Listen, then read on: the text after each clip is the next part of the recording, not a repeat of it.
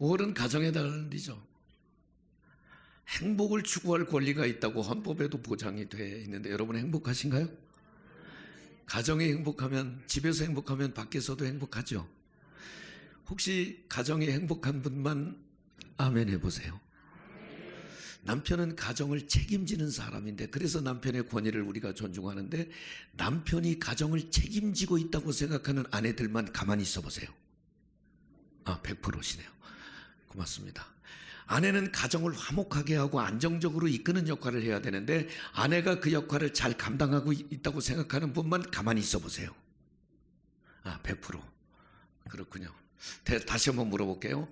남편이 가장으로서의 책임을 지고 가정을 잘 성실하게 이끌고 있다고 생각하는 아내들만 아멘 해보세요. 재민아 안 했지 지금? 그럼 반대로 아내 때문에 가정이 화목하고 편안하고 안정적이라고 생각하는 남편들만 아멘을 해보세요. 주눅 드는 남편들만 아멘을 한 것 같아요. 굉장히 중요합니다. 어머니. 지금 생각해 보니까 어머니는요, 이제 저의 세대를 말하는 것입니다. 저희 세대 어머니, 아버지. 뭐 다 그런 건 아니지만 학교를 열심히 다니고 공부를 많이 하고 뭐 중학교, 고등학교, 대학교 시험을 보고 막 그러지를 못하셨어요. 공부를 많이 하거나 혹은 취미 생활을 하거나, 저희 부모님을 예를 들면 여행을 다니시거나 그런 거는 본 적이 없어요. 그냥 열심히 죽도록 일하고 자식들 키우느라고, 자식들 먹이느라고 고생 그저 뼈 빠지게 일만 하셨던 어머니, 아버지 모두 그렇게 사셨어요. 더군다나 지금 얘기 들어보니까 옛날엔 시집살이도 좀 하셨다고 그래요. 저희 어머니도 저희 아버지 잘 모르고 중매에 서서 이렇게 시집가서 남편 얼굴을 보고, 근데 이제 워낙 가난한 집에 시집을 오셨으니까 아주 우리 동네가 상가리 개꿀이라고 그러는데, 가야골, 개꿀을 가고 싶지도 않다고 그러셨어요. 워낙 고생을 많이 하셔서 그냥 그 시댁 식구들, 장남한테 시집와서 시동생들 다 수발 들고, 그 막내 삼촌이 우리 어머니 시집 가서 태어났으니까 아들도 키우고 이제 이렇게 시동생도 키우고 그렇게 키우시면서 고생을 많이 하셨어요. 이렇게 고생한 우리 어머니, 아버지 세대, 정말 세상 낙은 별로 모르고, 지금 계시면 제가 효도도 좀 할 텐데 기다려주시지 않는다는 말이 있잖아요. 어머니, 아버지. 부르기만 해도 때로는 가슴이 벌렁거리는 어머니, 아버지.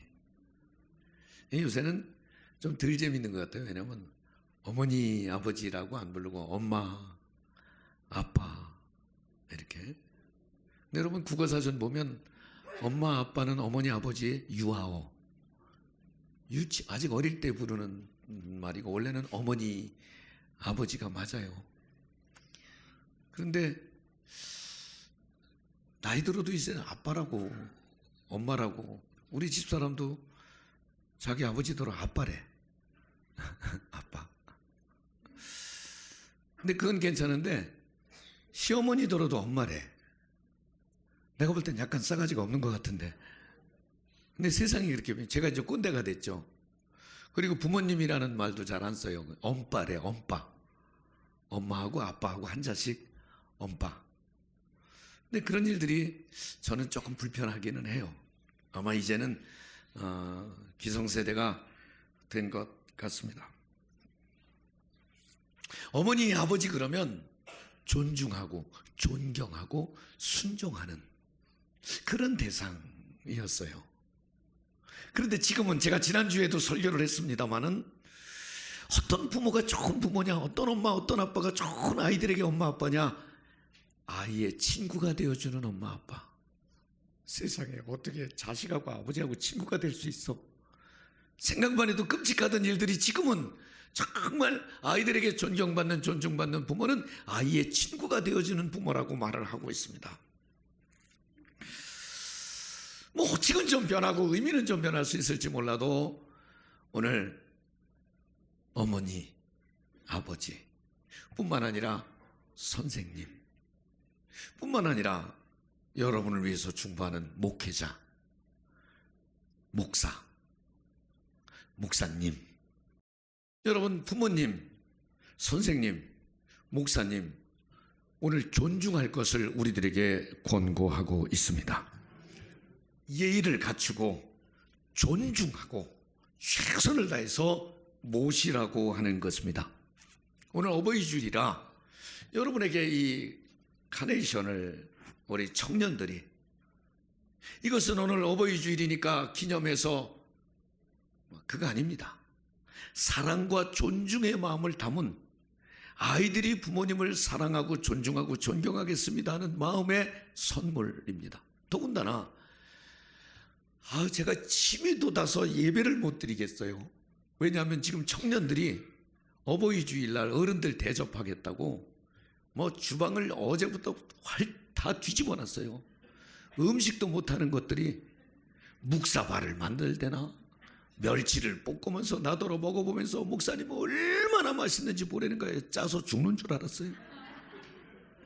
근데 그냥 어른들 대접한다고, 오늘은 어른들 모신다고 청년들이 그렇게 오늘 얼마나 귀한 일인지 섬기고 존중하고 오늘은 높여주려는 그런 우리 교회 청년들 참 복된 청년들이죠.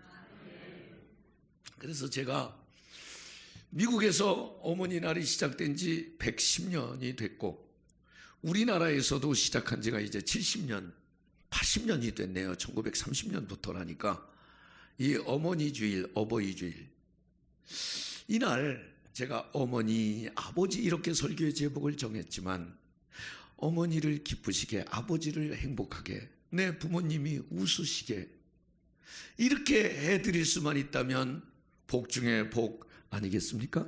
근데 저는 그럼 우리가 어떻게 부모님을 기쁘시게, 우리 부모님이 웃으시게, 행복하게 할 수 있을까?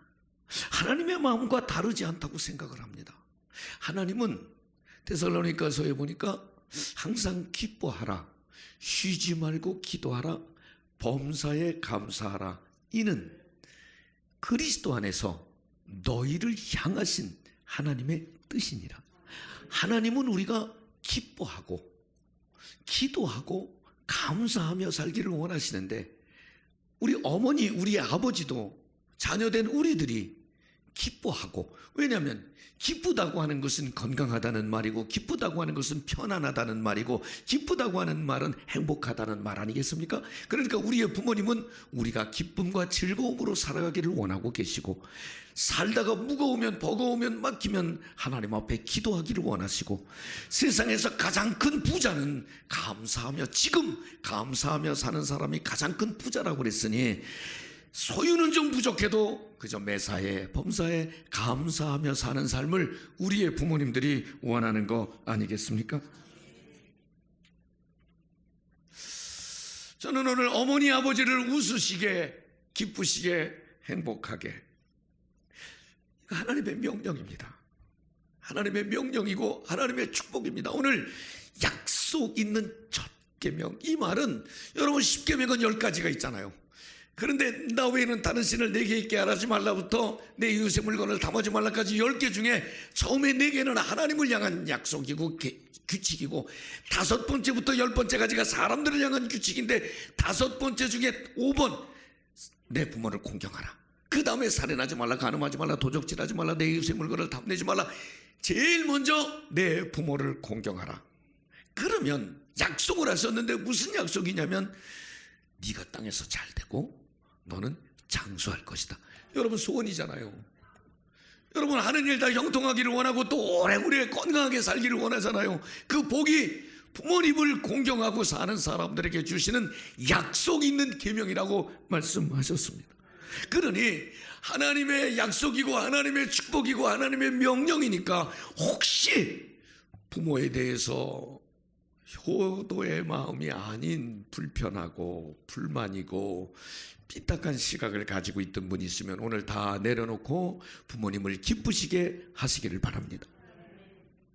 더군다나 여기 누가 아무리 잘났든 성공했든 부모님의 은혜와 사랑 없이 이 자리에 온 사람이 누가 있단 말입니까? 누가 있단 말입니까? 내게 주신 부모님의 은혜와 사랑을 생각해서라도 효도하는 일이 마땅한 거 아니겠습니까? 그리고 성경이 축복을 약속했으니 우리 한마음교회 성도들이, 여러분 기독교가 제사 지내지 않는다는 것 때문에 오해가 많이 있었어요. 불효하는 종교라고 말을 했어요. 아니에요. 음식 한 그릇 차려놓는 게 중요한 게 아니라 살아계실 때 주님을 섬기듯이 부모님을 섬기라고 성경은 말씀하셨으니, 하나님의 축복이 약속되어 있으니 우리 기독교는 효도하는 종교. 부모에게 효도하지 않으면서 보이지 않는 하나님을 믿는다고 말하는 사람은 거짓말이라고 그랬습니다. 부모를 잘 섬기고 하나님을 섬기시기를 바랍니다. 한번 제가 성경 읽으면 아멘 한번 하세요. 불효하면 창세기 9장에 신명기 27장에 이제 불효하면 아멘 할 준비 한번 하세요. 저주를 받는다. 저주라니까 아멘 안 하는데, 신명기 21장에 보니까 불효하면 공중 사람들 앞에서 심판을 받는다. 아멘이 더 적어지는데 그 골라서 듣지 말고 아멘 하세요. 한 번만 더 할게요. 출애굽기 21장 15절에 불효하면 사형에 처한다. 신명기 27장 16절 부모를 경홀히 여기는 자는 저주를 받으라 할 것이요 모든 백성은 아멘 할지어다 할 것이니라. 출애굽기 21장 17절 아비나 어미를 저주하는 자는 반드시 죽일지니라. 신명기 21장 이제 16절부터 쭉 이어지는 17, 18, 19, 20절 내려가면서 부모에게 불효하는 자, 그러면서 방탕하고 술을 즐기는 자는, 아멘 할 준비 됐어요? 돌을 들어 쳐 죽여라. 깜짝 놀랐죠? 부모에게 불효하면서 술 먹고 방탕하는 자 어떻게 하라고요? 다음 주에 교인들 줄지도 몰라요. 목사가 맨날 좀 축복하는 설교하지 뭐 그렇게 이상한 설교한다고 귀에 거슬릴 수도 있고, 왜 저런 말씀만 골라서 하시나, 은혜로운 말씀이 얼마나 많은데 그럴 수 있지만 성경을 해석하지 말고 주의 말씀을 가슴에 담기를 바랍니다. 효도 안 하는 거예요. 방탕하지 말라는 거예요. 타협하지 말라는 거예요. 자, 오늘 저는 그래서 제가 1부, 2부 설교를 하면서 설교가 오늘 좀 다른 날보다 길어서 3부 예배 때 아주 줄여보려고 애를 쓰는데 간단히 말씀을 나누겠습니다. 먼저 어떻게 부모님을 기쁘시게 웃으시게 행복하게 할까? 첫 번째, 부모님들이 원하는 게 있잖아요. 여러분 부모님과 얼마나 소통을 하시나요? 대부분 부모님이 되셔서 이제 자녀들의 연락을 기다리는 입장인 분들도 참 많이 있으신데, 성인 남녀 500명에게 일주일 동안 부모님과 통화하는 전화 시간 조사를 했습니다. 보통 이제 사회생활 하는 사람들이 부모님과 또 전화를 얼마나 오래 하냐 그랬더니 애인하고 전화하는 시간은 일주일에 2시간 20분, 140분 애인하고. 그거 짧아서 전화 끝나고 만나서 또 얘기한대요. 친구하고는 97분, 친구하고는 애인보다는 절반 정도, 부모님하고는 260초, 4분, 길면 6분, 부모님하고는 그렇게밖에 안 한대요. 부모님과 떨어져 사는 사람들이 부모님을 만나는 횟수, 바로 옆집에 살면서 이렇게 다니는 사람까지 포함해서 1년에 16번, 한 달에 한 번 조금 더 되죠. 전화 통화는 1년에 37번, 열흘에 한 번 정도. 근데 전화 내용은 별일 없어요. 그 다음에는 엄마 돈 떨어졌어요, 반찬 떨어졌어요. 지 떨어진 얘기가 80%. 부모가 가장 상처받는 말, 자녀들하고 대화하면서, 여기 자녀들 잘 들으세요. 아유, 아빠는 말이 안 통해. 예은이 어디 있어? 아유, 엄마하고는 얘기가 안 돼. 아예 대화를 안 하려는 자녀들 때문에 부모들이 상처를 많이 받는다는 거예요. 맞대야. 두 번째는, 아니 벌써 몇 번 말을 했어요. 핸드폰 찾는 거 가르쳐 달라 그러면 배웠잖아. 근데 잊어먹는 걸 어떻게 해? 그죠? 지난번에 얘기했잖아요. 아직도 모르세요? 이렇게. 세 번째 어른들이 상처받는 말은, 아이 바빠요. 바쁘냐?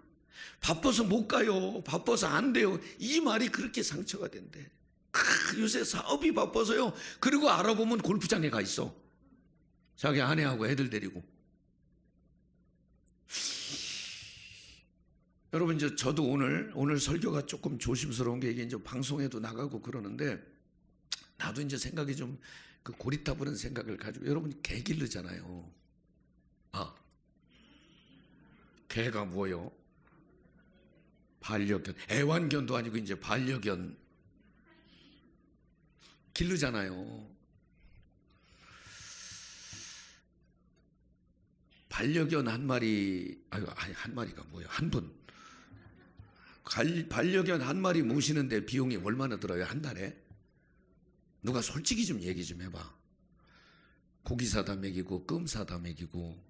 요새 반려견님들은 또 관절이 안 좋으시다고 관절 치료도 받고 또 당이 있으시대요 요새. 근데 이제 반려견님들은 그거 이렇게 보험 처리하고 이러면 안 된대야. 보험 같은 것도 안 된대야. 그냥 현금으로 다 드려야 깨끗하게 치료가 되신다나? 그렇다고 돈이 막 엄청 들어요. 혹시 개 기르는 비용만큼 부모님한테 용돈 드리는 분 손 들어봐. 예은이 손들 한번 봐. 개 기르는 데 들어가는 정성과 노력만큼, 개 모시고 병원에 가는 것만큼 부모님 모시고 병원에 다니는 사람 손 들어봐. 여러분, 정말 부모에게 마음을 얼마를 쓰고 삶을 살고 계시나요? 부모님들은 자녀들이 뭐 갖다 주고 뭐 도와주고 뭐 이것 때문에 기뻐하는 게 아니라, 부모님들이 좋아하는 말은 간단, 잘 키워주셔서 감사합니다. 요 한마디 하면, 제 걱정 마시고 부모님 건강 걱정하세요. 요 얘기 한마디 하면, 건강하게 오래오래 사세요. 요 얘기 한마디 하면 부모들은 그렇게 기쁘다는 거예요. 요쯤에서 아멘 한번 합시다. 너무 불쾌하게 듣지 말고. 성경은 내 부모를 즐겁게 하며 너 낳은 어미를 기쁘게 하라. 그런데 디모데후서 3장에 보면 사람들은 말세가 되면 자기를 사랑하고 돈을 사랑하고 교만하고 회방하고 거기에 부모를 거역하고 감사하지 않고 거룩하지 않는다고 말하고 있습니다. 더 구체적으로 얘기할게요. 어떻게 부모님을 기쁘시게 할 것이냐. 부모님과 얘기를 좀 자주 해요. 부모님의 말씀을 참, 여러분 듣는다는 말도 여러 가지가 있잖아요. 우리 충청도 사람들이 내남보살 한다는 말이 있어요. 건성으로 듣는다는 말이 있어요. 무슨 얘기하는지 귀담아 듣지 않고 그냥 스쳐 지나가면서 듣는다는 의미예요. 그런데 여러분, 혹시 판소리, 명창들이 그 얼마나 뭐 수궁가, 뭐 춘향전 멋지게 하잖아요. 그러면 소리를 딱 지르면 옆에 장구 치는 이가 얼쑥 추임새를 쫙 아멘 이렇게 하면 좋은데, 그렇게는 안 하지만 추임새를 쫙 넣어서 그 판소리가 멋있게 청중들에게 감동이 되게 하잖아요. 어머니 아버지가 말씀하시면 아 그러세요? 아 그래요? 이렇게 좀 박자도 맞춰드리고 고개도 끄덕거리고, 목사가 설교를 하면 아멘도 좀 하든지 고개를 좀 끄덕거리든지 뭐 이렇게, 아이고 속이 다 시원하네 그냥 이렇게. 내 늙은 어비를 경홀히 여기지 말라. 부모를 함부로 하지 말라. 여러분 성경에 노아가 홍수 심판 이후에, 하긴 뭐 누가 있어, 그 사람들밖에 없는데 낮에 술 먹고 한숨 주무셨잖아. 근데 그냥 주무신 게 아니고 벌거벗고. 그랬더니 아들 셋 중에서 둘째 아들 함이 얼레꼴레 아버지가 창피하게 낮에 술 먹고 빨개벗고 저러고 계시다고. 그 얘기를 듣고 셈과 야벳은 아버지의 벗은 모습을 보지 않으려고 뒷걸음질 쳐서 혼이불로 덮어드렸다고 그랬어요. 난 잘 몰라요. 근데 사람들이 그런 얘기를 하더라고요. 함은 아프리카 흑인들의 조상인데 그 함의 후손들은 흑인으로 노예로 대대로 그렇게 무시당하고 고생하고 사는 게 그 아버지한테 그래서 그랬다. 나는 그랬다고 어디 성경에 기록하지 않았으니까 그렇게 믿지는 않지만 그런 얘기들을 지금 많이 하고 있어요. 다윗의 아들이 여럿이지만 그 중에 왕이 된 솔로몬도 있지만 다윗의 큰아들 압살롬은요, 아버지에게 반역하고 함부로 하고 어떻게 됐어요? 말 타고 가다가 나뭇가지에 머리가 걸려서 대롱대롱 매달려 있었는데 적군이 와서 찔러서 죽였어요. 그렇게 험악하게 삶을 마쳤어요. 아버지에게 함부로 한 사람, 부모에게 함부로 한 사람이 성경에 복을 받고 살았다고 말하지 않고 있습니다.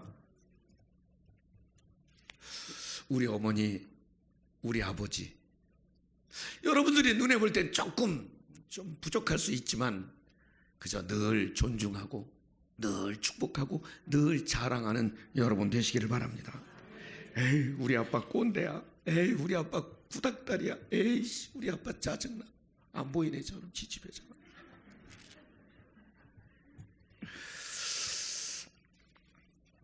아마 제 말에 공감하시는, 왜냐하면 요즘은 성도들도 연세들이 많이 들어가시니까 나이가 들면 서럽다고 그래요. 여러 가지로 이제 무기력해지니까 자꾸 잃어버리니까 동작도 좀 느리고 실수도 많고 말도 잘 안 되는데 뭐 생각은 그만두고 금방 잃어버리는데요. 여러분 자동차 키 들고 차 키 어딨냐고 막 소리 질러 본 적이 있잖아. 그죠? 그렇거든요.